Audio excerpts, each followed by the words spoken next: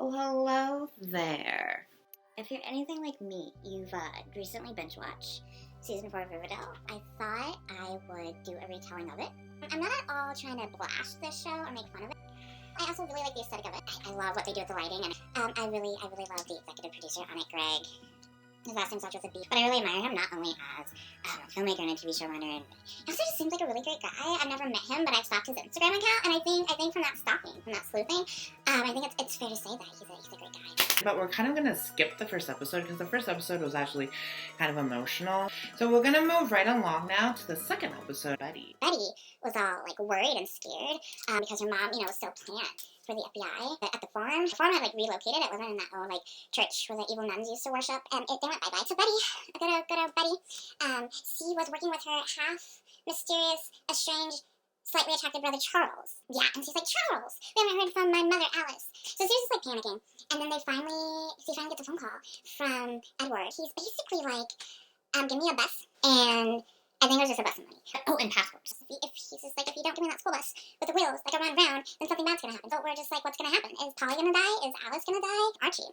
Good old Archiekins. He still has that community center with Monroe, are getting prepared for senior year. Well, actually, Monroe doesn't know if he's preparing for senior year because he doesn't know if he wants to go, but Archie's like, no, do it, bro. And then he's like, okay, bro, I'll do it. My little brother is going to be a freshman. I didn't know bro had a little bro. So they're helping out with the community center, but then there's this guy named Dodger, and I think his name is Dodger because he really wanted to dodge him because he's a very scary, gang lord. And Archie's like, bad Dodger, we have to take care of him. And yes, please save the kids, Archie. Veronica, she's like, I think I want to legally change my last name away from Hodge. No, Lodge. Well, that's a whole thing. So, both her parents are in jail. Jughead, he's still writing, not just the voiceovers of the show. Cheryl, she still has her dead twin brother Jason's body in the chapel, and asks him his opinion on her outfits and all that jazz. Who have I missed? What happens is Betty gets that phone call. She goes to Veronica, and Veronica gives Betty those really expensive eggs. Voila, Betty has the money. And then she just needs to get the passport, so then she asks Tony, and Tony is like, oh, I know a guy, let me go run off and ask the guy for the paper. She drives to this old abandoned motel where the farm is now heading out. And then she's just like, voila, here's your things. And Evelyn pops up and then knocks her out. And Archie gets in a fight with Dodger. I totally forgot. Kevin. Okay, back up.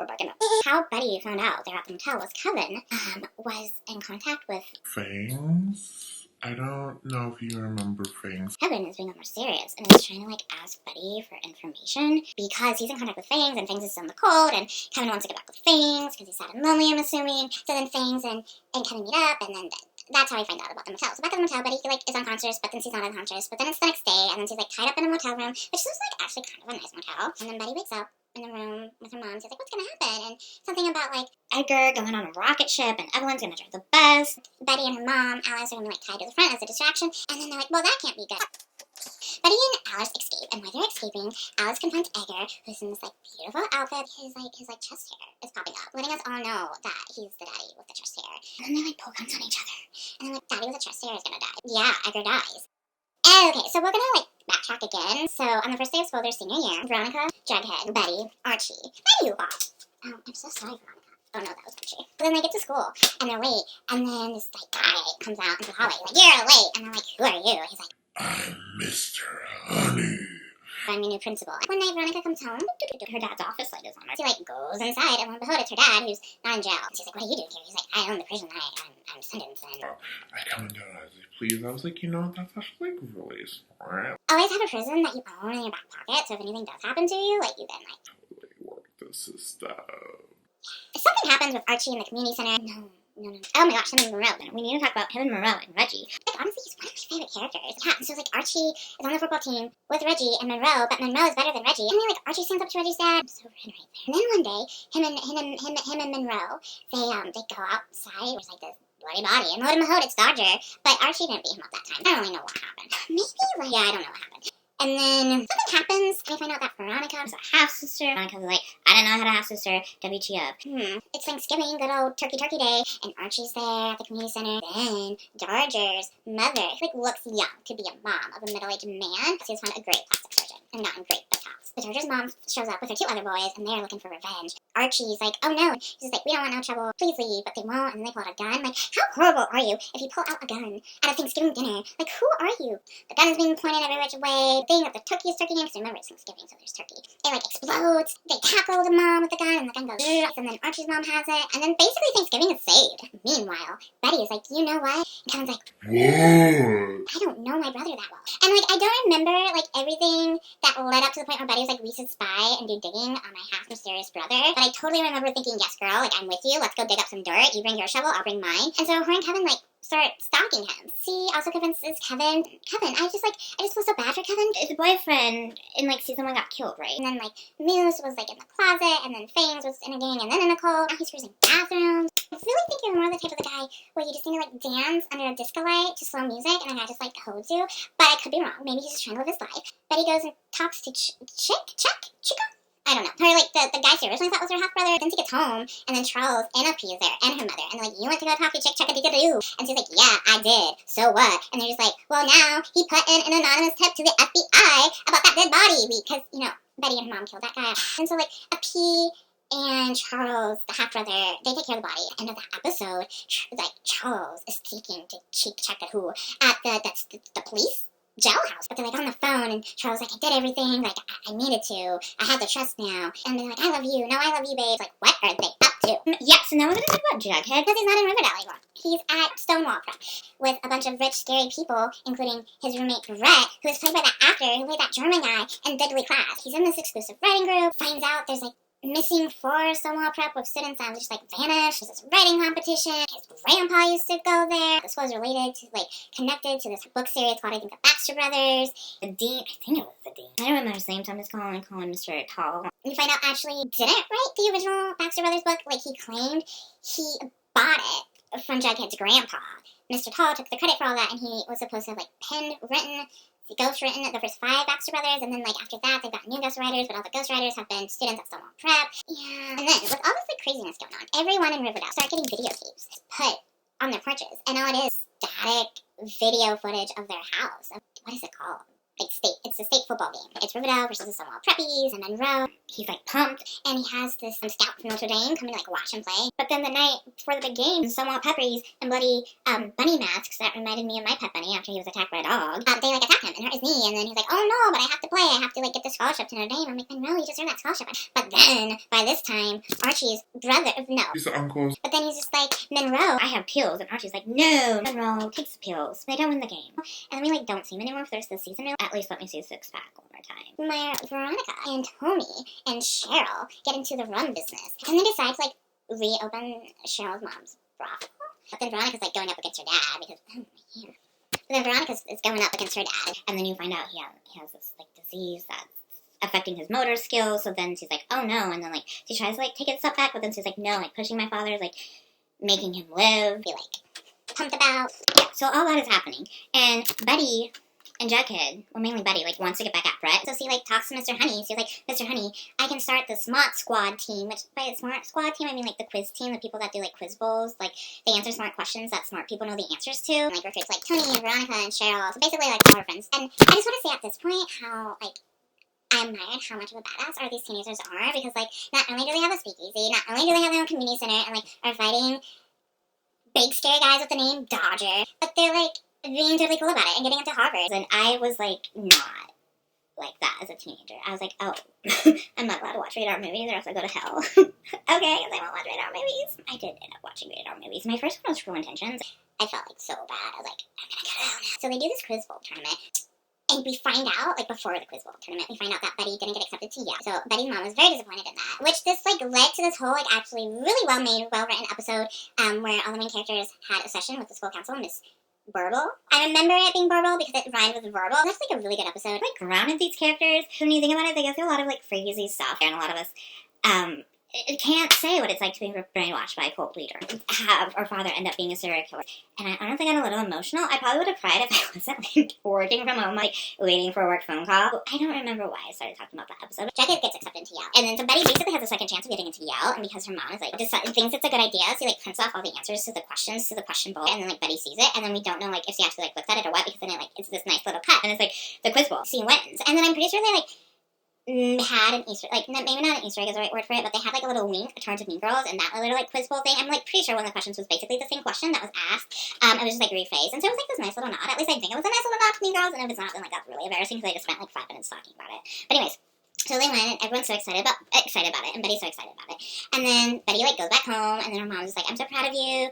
And Sue was just like, yeah, I'm proud too. And she's like, oh, and by the way, like, I didn't cheat. I didn't use the answers that you printed off for me. I'm like, why, Mom? Why did you do that? She's like, I ripped it up and threw it in my trash, which I was like, Betty. I was like, Betty, I feel like you could have gotten rid of the evidence that your mom tried to help you cheat a little more, intelligently, but you're under a lot of stress, Betty, so I'll let it go. But then I can't let it go because then Brett apparently digs out all the answers and, like, pastes it back together and then, like, turns it over, and then so Mr. Honey's like, Betty, you cheated, and then it's, like, this whole thing, and she's, like, suspended, and it's just like, Betty, girl, you should have, like, chewed up that paper that had all the answers to it, like, chewed it up really well, and then, like, spit it out of you. So, like, if he did go through the trash and try to piece it all together, like, the paper would have been, like, dissolved. Oh, buddy, you can't win them all. Oh my gosh. And then, so, like, during all this, they're having, like, flash forwards of, like, Jughead being dead, and I'm, like, so confused because it's all, like, pointing towards Betty, like, sees the killer. I'm like, but why would she kill Jughead? But then Jughead, like, tells his teacher, Mr. Dapper, he's just like, you know what, Mr. Tall, like, stole my grandpa's story. And the next day, Mr. Dapper kills himself. Which, I have to say, like, one thing I do like about Riverdale is they have, like, Easter eggs and little, like, nuggets taken from other, like, movies and TV shows. And one of the very first things Jughead said when he, like, got into his new dorm at Stonewall Prep, he's like, oh, how, like, very did Poets Society. It was a very, like, good, smart foreshadowing of what was going to happen to Mr. Dapper. Because Muse was one of Jughead's roommates. But then, like, Muse disappeared. Oh, and then the season gets on, and then people getting more videos. Then Jughead had gotten a new computer from Brett, like a laptop, not like a PC. Later on in the school year, he's accused of plagiarism. He's like, no, like, I didn't steal that story from Jonathan. Jonathan was like, well, I have a timestamp on my laptop. He's like, I have a timestamp on my laptop from last summer. And he's like, oh, crap, but wait, it's on my old laptop. And then he tries to find his old laptop, but it's gone. And Jughead gets expelled, and then Jughead's just like, grrr, and Betty's like, grrr. But then Brett is like, no hard feelings, like, come to our Ides of March party. Yeah. Betty's like, no. And then Jughead's like, yeah. But then at the party, Jughead is, like, in the woods, and he, like, goes out in the woods to talk to Brett, and then Betty goes out in the woods to talk to Donna. And then, after Archie and Veronica are done, then they, like, go find Archie. I mean, no, they don't. Archie and Veronica don't go to find Archie. They go to find Jughead and Betty. But Jughead's on the floor, like, bleeding, and then, like, Betty just has this rock, and, like, oh, what happened? They ask for Charles for help, or you don't really know what's going on, but then Donna's like, what's going on, and Brett's like, what's going on, and then they're like, well, you obviously killed him. They're like, no, Betty, you killed him, and it's, like, this whole thing. They did try to, when I say they, I mean, like, Brett and Donna and Jonathan and Joanne, they tried to kill Jughead. Donna, like, puffed something into, like, Betty's face. Brett attacked Jughead with the rock. They put the rock in Betty's hands, and then they, like, sent Archie and Veronica their way, Betty's and Jughead's way, so they would find Betty with a rock and make her think that, like, and so they would think she killed him, but he didn't, like, kill him, and then they kind of find out he wasn't dead, but they don't know if he's gonna die, so then, like, they, like, take his body, and Charles is like, okay, we'll have to see what happens, hopefully he, like, makes it, and then he does make it, so then they decide to get revenge on the Stonewall Preppies, and then, like, they get revenge on them, because they're, like, going insane thinking he's dead, but then they're like, maybe he's not dead, and it's, like, this whole, like, psychological warfare thing, and it's just, like, it's a lot. Betty and Jughead, they figured out that Donna was actually the granddaughter of one of the previous students of the school, and part of the, like, exclusive writing community. But she had died, and then you find out that the missing four, remember, I talked about the missing four Stonewall Preps, they were, like, students that were killed by other students who were becoming the next ghostwriter, but to become the next ghostwriter of Baxter Brothers, because Jughead was supposed to be the next writer, and he got a contract, but then the whole, like, plagiarism thing, but then you find out Mr. Dapper, the reason why he killed himself is because he hated the Baxter Brothers contract, because part of it was you had to kill someone when you had the contract, and so he was originally going to kill Moose. Yeah, he was originally going to kill Moose, and so that's why, like, Moose disappeared, because Mr. Dapper was just like, go to join the army instead, and then it got out that Moose's dad was a Gargoyle King, so then that was the motivation he needed to leave, and I'm like, oh, poor Moose, you've been through so much. So that's why Mr. Dapper killed himself, because he was feeling this guilt, and then you find out Mr. Tall, he killed Donna's grandmother, and the other, like, students he went to that knew about him stealing the idea for Baxter Brothers from Jughead's dad, and then so that's why Jughead got the scholarship, is because Jughead's grandpa, not dad. He was the only one alive that still knew that Mr. Tall stole the idea for Baxter Brothers from him, so then, like, he brought Jughead to the school because he was hoping that would bring out Jughead's grandpa, but it really didn't, but then Jughead's grandpa did show up, and then eventually Mr. Tall, well, they're gonna arrest Mr. Tall, and he jumped out the same window that Mr. Dapper jumped out. Whew! And I think, like, the thing I learned from that is, like, I'm so grateful that I did not go to a boarding school. And who knows what would have happened. Jughead's back at Riverdale High. They're still having issues with Mr. Honey.